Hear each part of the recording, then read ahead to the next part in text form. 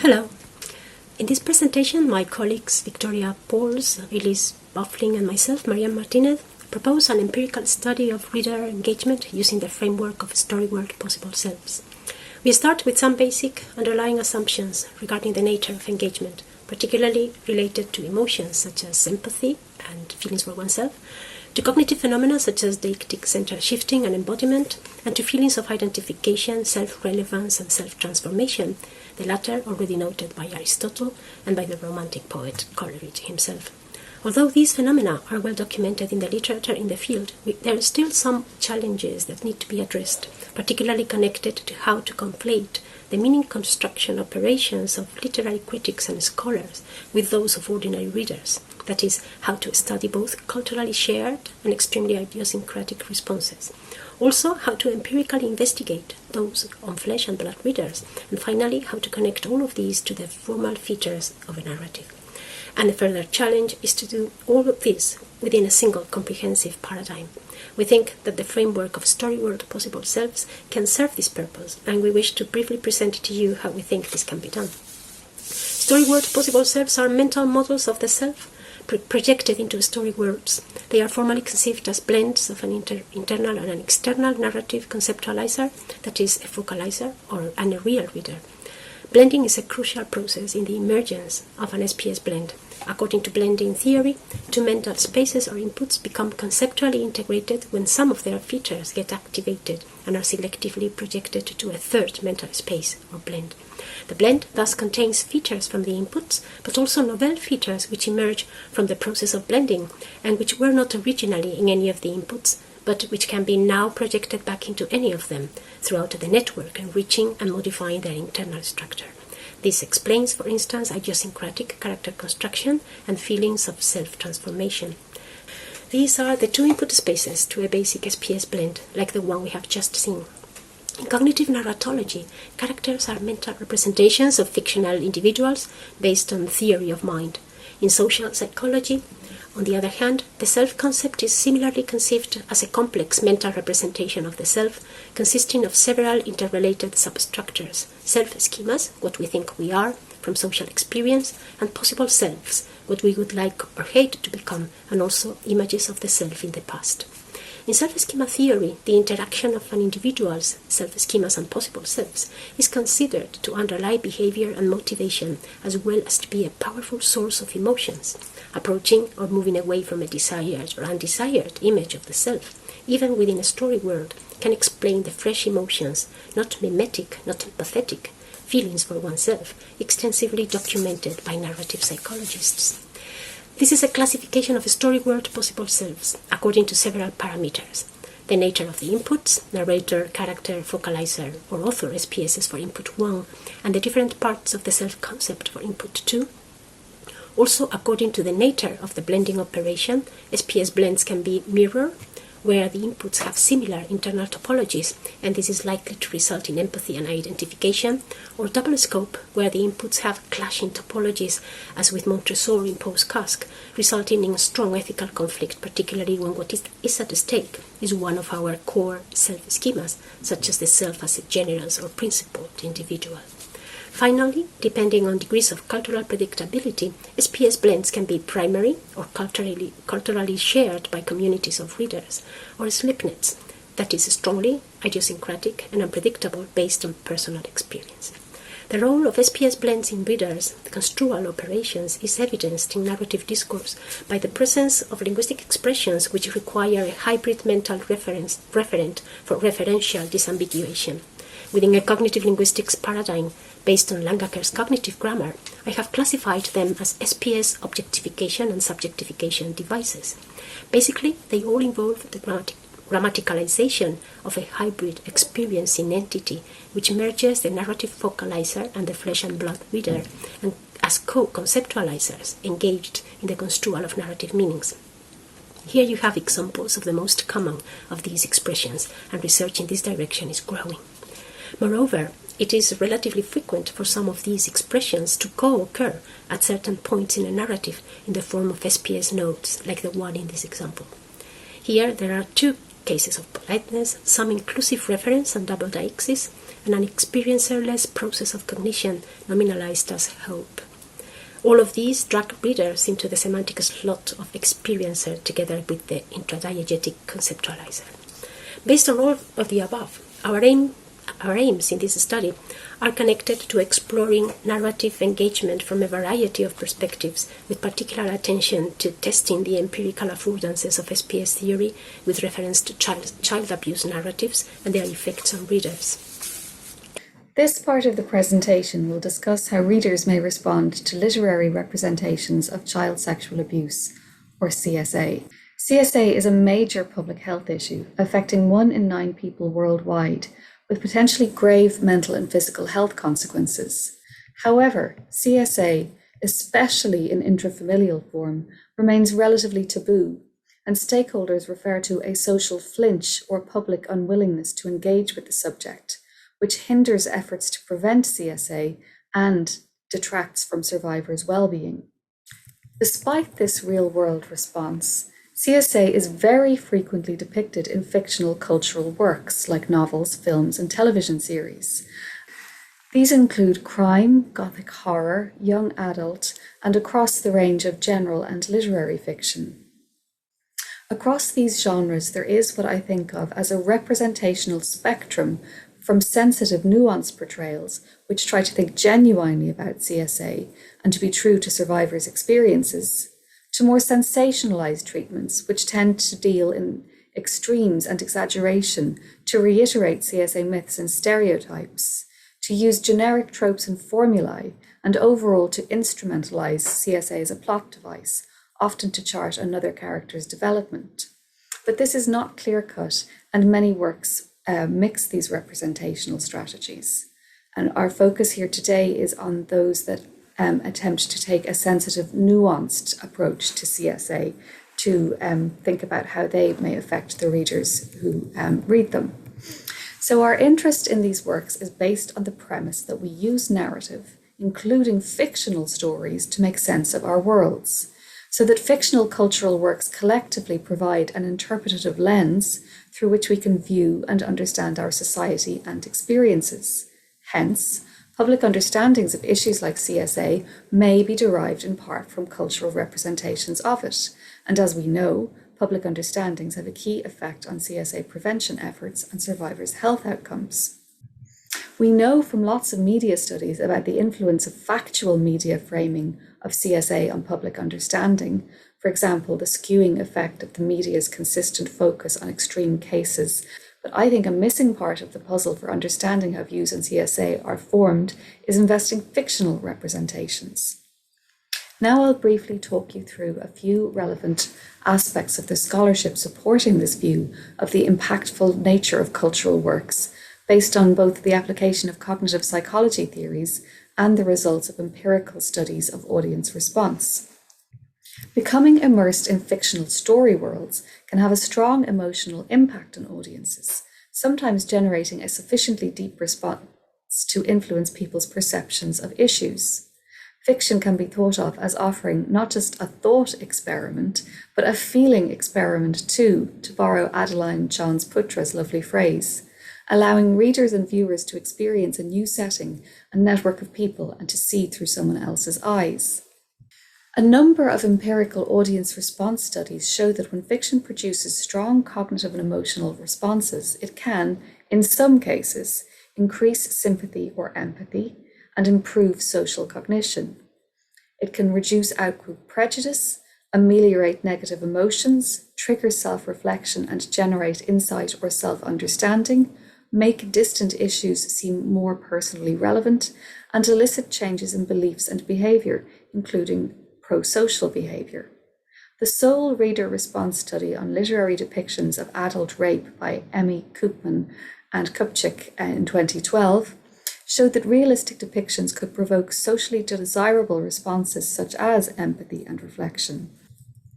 I also want to acknowledge the set of theories that emphasize the embodied aspect of our responses to fiction too. As Kukkonen and Caracciolo describe, readers respond to the words on the page through their bodies, and these reactions can sometimes result in fully fledged bodily feelings, both unconscious bodily responses and consciously experienced bodily feelings. Naomi Rocketnitz extrapolates from this that, by virtue of our shared physiques, a measure of these fiction-induced feelings is then incorporated into readers' lived experience as sense-felt and sense-verified knowledge. Reading thus engenders learning of the same kind people gain by real-life experiences. Literary depictions of movement and touch are theorized by Agnieszka Kosmakova to be particularly effective and powerful, and these tend to feature in CSA fictions, with protagonists often recounting the deeply unpleasant physical sensations of their abuse experiences. For example, unwanted touch, weight, and pressure. And these are likely to prompt strong emotional responses in readers, which may facilitate the above effects.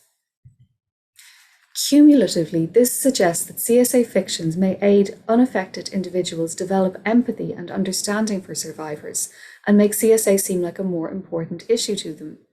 We believe that because CSA fiction may be so emotive, it makes an excellent test case for Dr. Martinez's Story World Possible Selves model of narrative engagement. SPS theory has been empirically applied before, but very modestly, mostly in these two studies. Both are qualitative, and in both cases the starting point are the predictions of literary critics and narrative theorists, with the subsequent testing of these predictions on real readers by means of questionnaires based on the massive existing research into possible selves in social psychology, which favors the use of open questions. So after this background on our aims, the theory of story world possible selves, and CSA narratives, as well as the few existing studies on this nexus, let us now turn to the new study we propose and its study design. We suggest an online study exploring whether engagement with Elif Shafak's narrative 10 minutes 38 seconds in this strange world can be connected via narrative engagement to an increase in pro-social inclusive attitudes and behaviors in individual readers. First, we analyzed the whole novel and identified 59 SPS notes, those text extracts that signal high engagement potential, like the one you saw in Marianne's example earlier, and predicted the story world possible selves that these notes would likely prompt in readers.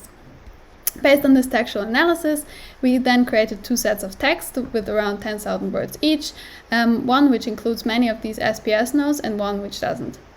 Both the test group reading the SPS note-rich text and the control group reading the text without the pre-identified SPS notes will be subjected to a battery of tests, and you hear me speaking in the future tense now because this practical part of our study has yet to take place, and we therefore still and especially are interested in your feedback regarding our study design and our hypotheses. In our planned study, with 120 participants, we aim to explore multiple possible effects that you see in this list here, which are on the one hand based on the literature on CSA narratives that Elise mentioned, and on the other hand closely connected to this specific text of Elif Shafak. We hypothesized that these effects could be elicited in many readers of this CSA narrative, and also we hypothesized that they are to a large extent brought about by these or the interplay of possible mechanisms that you can see in these arrows here. First, participants will be asked a few comprehension questions, and then we will inquire whether any parts of the novel were particularly striking in their opinion, to see if SPS notes are picked out particularly often in these questions. This possible correlation between a priori hypothesized textual extracts and reader responses was not heretofore possible, as the two studies Marianne mentioned did not make any assumptions regarding specific parts that would elicit a lot of story world possible selves in readers. Participants will then be asked about their general story liking, whether they felt pity or admiration with the presented characters, these all being emotional reactions which do not have to indicate identification or blending processes. You can feel pity or admiration for someone without positioning yourself within the story or take the story character's viewpoint. We will also use an identification with characters questionnaire and measure reading-induced affective empathy, as this has already been shown to correlate with pro-social attitudes by the Johnson 2012 study. To see whether and in which way the readers created story world possible selves, open-ended questions will be used as in the social science studies that have utilized this concept. So the open-ended questions will be coded by all three of us in a triangulation approach, so the different types of story world possible selves can be quantified. This will constitute an even more rigorous approach than was taken in former SPS studies, and it will be the first time that SPS creation could be correlated with other narrative engagement measures. Regarding the hypothesized effects, we will use very different kinds of measurements. We expect that particularly resilience and prevention strategies will be mentioned in the open-ended format. Furthermore, we plan to use a standardized test to assess the accuracy of participants' knowledge of CSA, for example, regarding the stranger-perpetrator myth, as accurate beliefs about child sexual abuse are of course vital to prevent it. And we are interested if fictional stories can also contribute to this cognitive effect alongside the more emotional effects that are usually connected with fictional reading.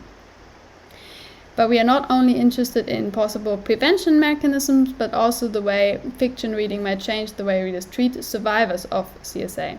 Victim blaming is one of the facets that hinders survivors to come to terms with their negative experience, and this topic is also frequently, if only in a low-key way, present in Shafak's novel, to see whether narrative engagement will influence the way readers speak about victims and whether they hold them partly responsible for the bad that happens to them. We will use an implicit creative writing task, which can be linguistically analyzed to assess participants' readiness to engage in victim blaming.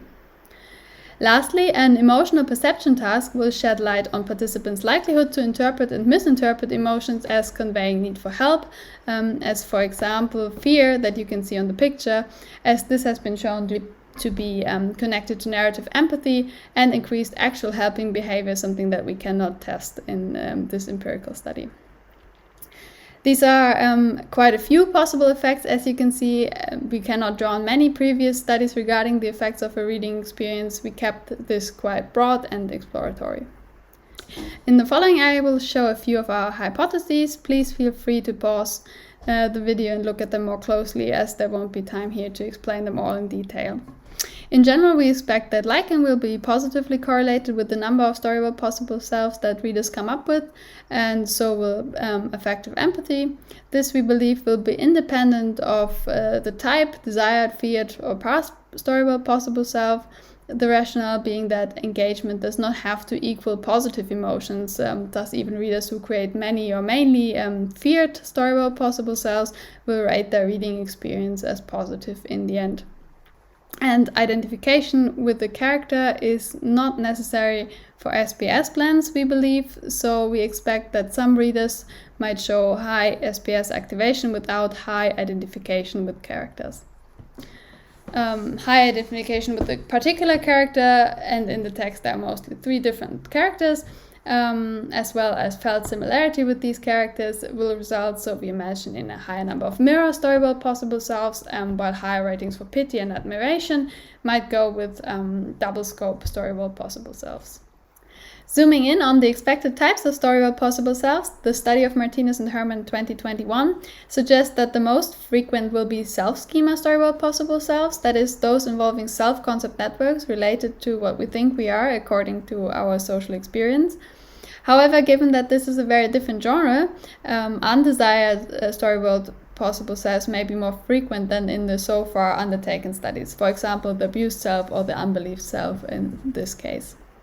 Also, past possible selves, that is, those based on real-world past experience, might be elicited in the connection to this CSA narrative, and certain primary, strongly culturally dependent, desired storyboard possible selves might also be activated. For example, the desired with friends storyboard possible selves, as friendship or your water family, as it's called in the novel, is one of its main topics.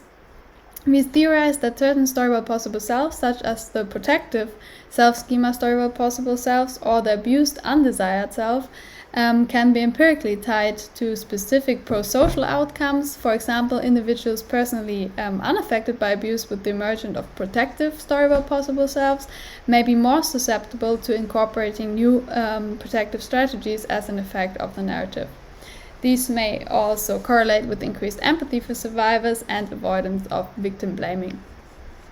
Of course, some of the other measures might also be directly correlated with the pro-social attitudes, but I will spare you the details of these hypotheses and just hope that by undertaking the study, we will be able to go towards understanding how narrative engagement can influence or does not affect, that's also always possible, real readers in multiple pro-social ways. As I said before, we highly welcome your questions and suggestions to the still ongoing process of finalizing our study design. And with that, I thank you very much for listening.